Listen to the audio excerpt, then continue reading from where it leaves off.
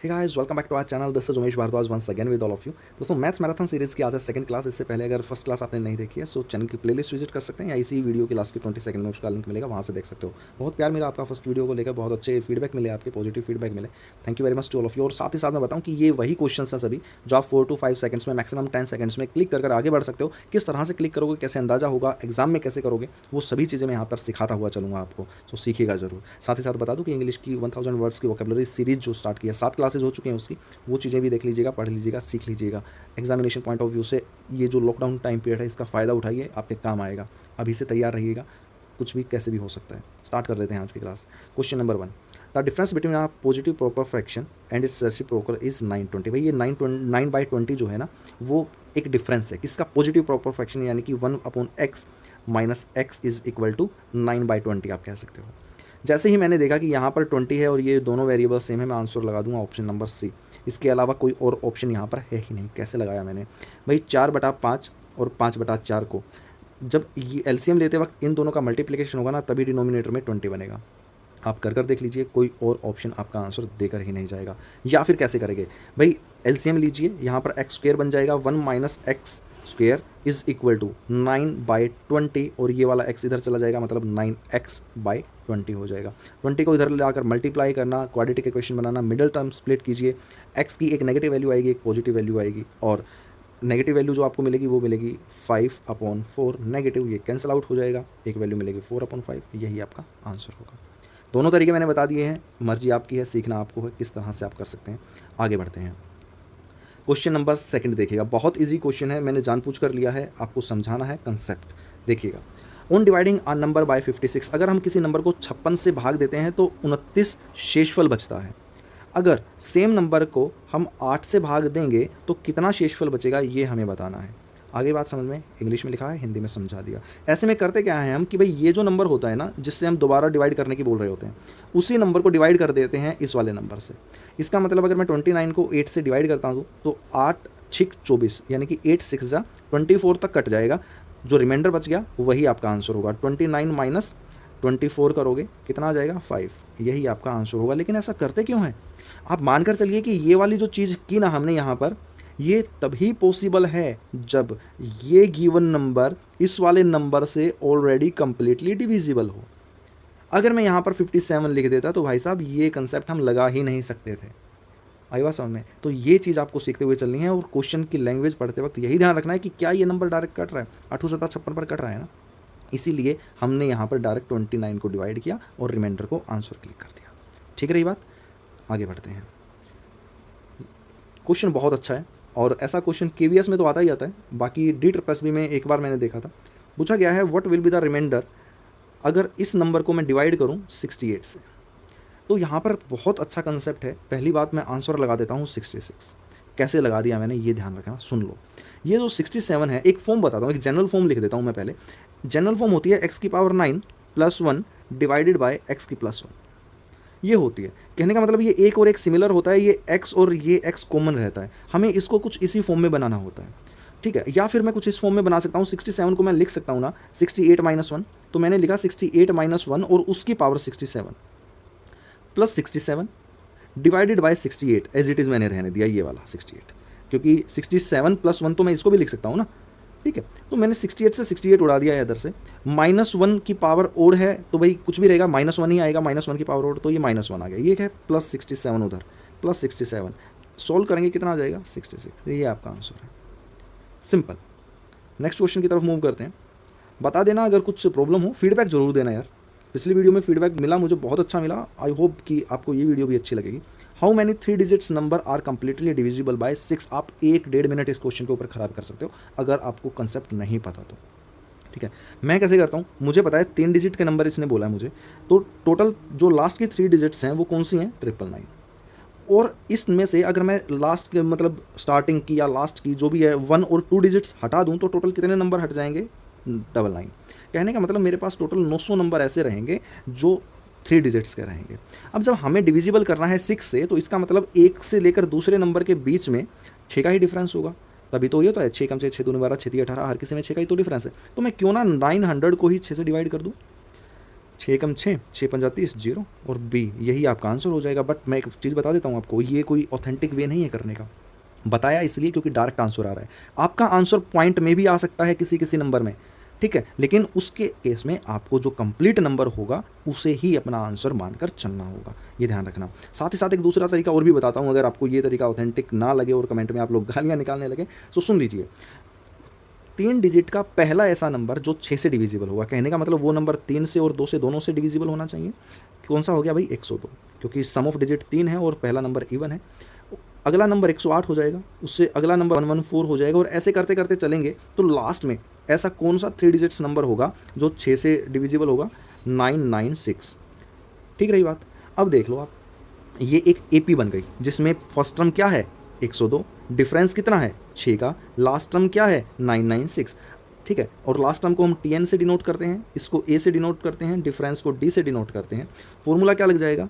A plus N minus 1 into D is equal to कितना दिया हुआ है हमें? ये वाली वैल्यू 996, यही दिया हुआ है। सॉल्व कीजिए, आपके पास आंसर आ जाएगा, ठीक है। चलिए आगे बढ़ते हैं। देखो मैं दोनों तरीके बताकर चल रहा हूँ, कन्वेंशनल भी और आपके लिहाज से जो एग्जामिनेशन पॉइंट ऑफ व्यू से आपको सीखना चाहिए, आना चाहिए वो भी। 3 डिजिट नंबर है एक भाई 4A3 added to another 3 digit number 984 to give a 4 digit number. भाई 984 में हमें इसे ऐड किया और एक 4 डिजिट का हमें आंसर मिलता है जो कि ये है, ठीक है।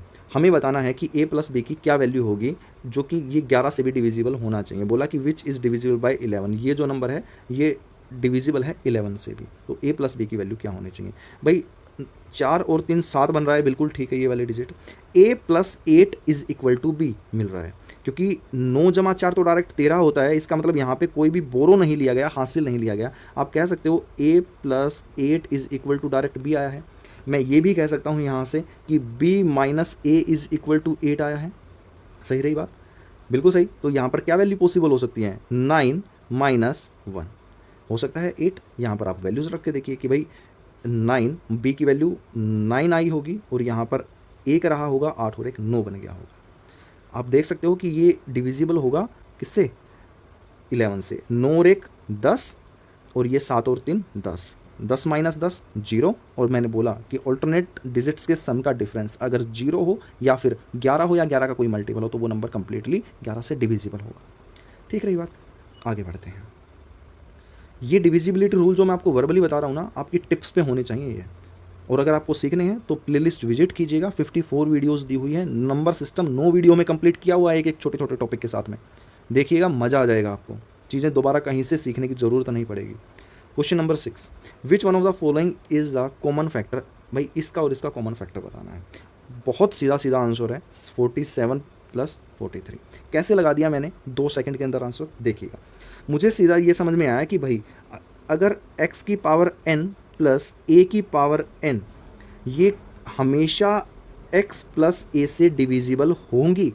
कब होंगी? When n is odd, when n is odd, ये जो n वैल्यू है। अब n यहाँ पर क्या है? 43, और 43 देख सकते हो n कॉमन है, ठीक है। x क्या है? 47, a क्या है? 43, और मैंने यही बात बोली 47 प्लस 43 से ये कंप्लीटली डिविजिबल होंगी। कब? जब n की वैल्यू ओड होगी, और 43 अपने आप में क्या है? ओड है। तो आंसर क्या हो गया? Option number B. आगे बढ़ते हैं। In a division sum the divisor is 10 times. बहुत अच्छा क्वेश्चन है, आपको एक कंसेप्ट और यहाँ पर सीख कर चलना पड़ेगा। ये रिमाइंडर थ्योरम का आ गया तो मैं डायरेक्ट लिख देता हूँ। भाई ये जो डिविडेंड होता है, ये डिविडेंड किसके बराबर होता है? बराबर होता है डिवाइजर, यानी कि जिससे भाग दिया जाता है, डिवाइजर इनटू कोशेंट बोले तो भागफल, जमा रिमाइंडर यानी कि शेष, डिविडेंड के बराबर होता है। बस यही तो दिया हुआ है। अब इसने डायरेक्ट चीज़ बोली हुई है, the divisor is 10 times the quotient. Quotient कुछ भी रहा मुझे नहीं पता, एंड 5 टाइम्स द रिमाइंडर, और रिमाइंडर का 5 टाइम है, और रिमाइंडर 46 दिया हुआ है। अगर डिवाइजर जो है, डिवाइजर वो 5 टाइम है 46 का, यानी कि 46 गुना 5 है, यानी कि 230 है। और आप देख सकते हैं यहाँ पर 10 टाइम्स ऑफ कोशेंट दिया हुआ है, तो ये 10 टाइम्स किसका है? 230। 23 का 10 गुना है ना, तो कोशेंट कितना हो गया? 23 हो गया। आई बात समझ में? तो यहाँ से आपको ये चीज़ पता चल गई कि डिवाइजर तो हो गया 230, कोशेंट हो गया 23, ठीक है, और 46 आपको रिमाइंडर ऑलरेडी दिया हुआ है। आपको इस इक्वेशन में वैल्यूज़ पुट करनी है सिर्फ 230 गुना 23 जमा 46, आपका आंसर मिल जाएगा। ठीक है, आई थिंक 5336 आ जाएगा, बता देता हूँ कैसे। जब यहाँ पर 230 गुना 23 करोगे तो आपको 5290 मिलेगा। ऐसा क्यों? ये 23, ये 230 गुना 23 जब करोगे तो 23 का तो स्क्वायर कर दोगे ना डायरेक्ट, और 23 का स्क्वायर कितना होता है? 529। जीरो एज इट इज़ बाद में चिपका देना। ये आपको याद होने चाहिए कितना स्क्वायर होता है, कैसे नंबर आएगा, ठीक है। और 5000 से ऊपर एक ही नंबर है यहाँ पे ऑप्शन में, आगे सॉल्व करने की भी जरूरत नहीं है आपको। आगे बढ़ते हैं। What least number must be subtracted, बहुत ही अच्छा क्वेश्चन है, और ये क्वेश्चन मैं आपको खुद करने को दूंगा। उसका रीज़न है क्योंकि what number must be added वाला क्वेश्चन मैं पिछली वीडियो में आपको करा चुका हूँ, ठीक है। एडिड में हमने क्या किया था, जो रिमाइंडर हमने बचा था वो हमने डिवाइज़र में से माइनस कर दिया था। अब आपको कुछ नहीं करना, जो रिमाइंडर आएगा वही आपका आंसर होगा, ठीक है। सो आपको वही चीज़ें फॉलो करनी है। नहीं देखी, नहीं सीखी वीडियो तो वो गलती आपकी है, जाइए पहली वीडियो देखिए और कंटिन्यू कीजिए। Which of the following number completely divide this, हमें बताना है कि गिवन में से कौन सा ऐसा नंबर है जो इस नंबर को कंप्लीटली डिवाइड कर दे, यानी कि यहाँ पर हमें एक कंप्लीट नंबर मिल जाए या नेचुरल नंबर मिल जाए। यही बोला है क्वेश्चन के अंदर। कैसे करेंगे आप? आपको दिखाई दे रहा है यहाँ पे कि 49 की पावर जो 15 लिखा हुआ है, इसको मैं कैसे लिख सकता हूँ आप बताइएगा। x की पावर n माइनस 1 हमेशा डिविजिबल होगा x प्लस 1 से, कब? जब n एक इवन नंबर होगा, if n is even number. लेकिन भाई यहाँ तो n जो है वो ओड नंबर है, इसको इवन बना लेते हैं। कैसे बना लेंगे भाई? 49 को मैं लिख सकता हूँ 7 की पावर 2। 7 की पावर 2 अगर लिखूंगा तो 7 की पावर 30 ओवरऑल हो जाएगी या नहीं हो जाएगी बताओ, ठीक है। 7 की पावर 30 ओवरऑल हो जाएगी और -1 तो एज इट इज़ रह जाएगा। भाई ये क्या आ गया? इवन नंबर बन गया, और हमें इवन ही बनाना था, n इज़ इवन। और ऐसे में x प्लस 1 जो होगा उसी से नंबर कंप्लीटली डिविजिबल होगा। x प्लस 1, x की वैल्यू कितनी आ गई? 7 आ गई, 1 एज इट इज़ है, मतलब 7 जमा 1 8 आपका आंसर हो जाएगा। ये चीज़ आप लोगों को मुँह ज़बानी याद होनी चाहिए कि किस तरह से ये चीज़ें कंप्लीटली रन करती हैं। नेक्स्ट क्वेश्चन की तरफ मूव करते हैं। बहुत इजी क्वेश्चन, पेपर में रिपीट हुआ है, DSSB में आया है, देख लीजिएगा कैसे करना है। जब कुछ भी चीज़ें इस तरीके से लिखी गई हों कि भाई ये वैल्यू और ये वैल्यू सेम है, ये वाली वैल्यू और ये वाली वैल्यू सेम है, तो आप इसको A मान लीजिए, इसको B और इसको B मान लीजिए। और नीचे आप देख रहे होंगे A गुना B ही लिखा हुआ है, ये फॉर्मूला बन जाएगा। A प्लस B का whole square, A minus B का होल स्क्वायर, और बीच में माइनस है तो यहाँ पे A square plus B square, इधर A square plus B square, ये दोनों माइनस के बन जाएंगे, तो ये आपस में कट कर देंगे। यहाँ से मिलेगा आपको, यहाँ से प्लस का 2AB, इधर से मिलेगा प्लस का 2AB, दोनों मिलकर क्या बन जाएंगे? 4AB। डिविजिबिलिटी में नीचे AB ऑलरेडी दिया ही हुआ है, तो AB से AB कट जाएगा, बच गया 4, आंसर आ गया 4। आपको ये वैल्यू सोल्व करने की ज़रूरत है ही नहीं, ठीक है। आई होप आपको क्लास अच्छी लगी होगी। जो भी चीज़ें हैं फीडबैक में मुझे बता दीजिएगा, कंटिन्यू करवाइएगा यार, शेयर कीजिएगा, वीडियोज़ को लाइक कीजिएगा, दोस्तों में शेयर कीजिएगा, दूसरों को मोटिवेट कीजिएगा कि लॉकडाउन का फ़ायदा उठा लें। एग्ज़ाम कभी भी टपक सकता है, अगर आ गया तो आपके लिए मुसीबत हो जाएगी कि अभी आप प्रिपेयर नहीं होगे ठीक से। अगर नहीं आया तो आपके लिए बेनिफिट है कि आप तैयारी करते रहिए, क्योंकि शॉर्टकट कोई भी नहीं है सक्सेस के लिए। कंपटीशन बहुत है, SSC वाले बच्चे घुसे हुए हैं DSSB के अंदर, सो आप कहीं ना कहीं मार खा जाएंगे। So be prepare. Thank you very much, bye bye, take care, ख्याल रखिएगा, खुश रहिएगा।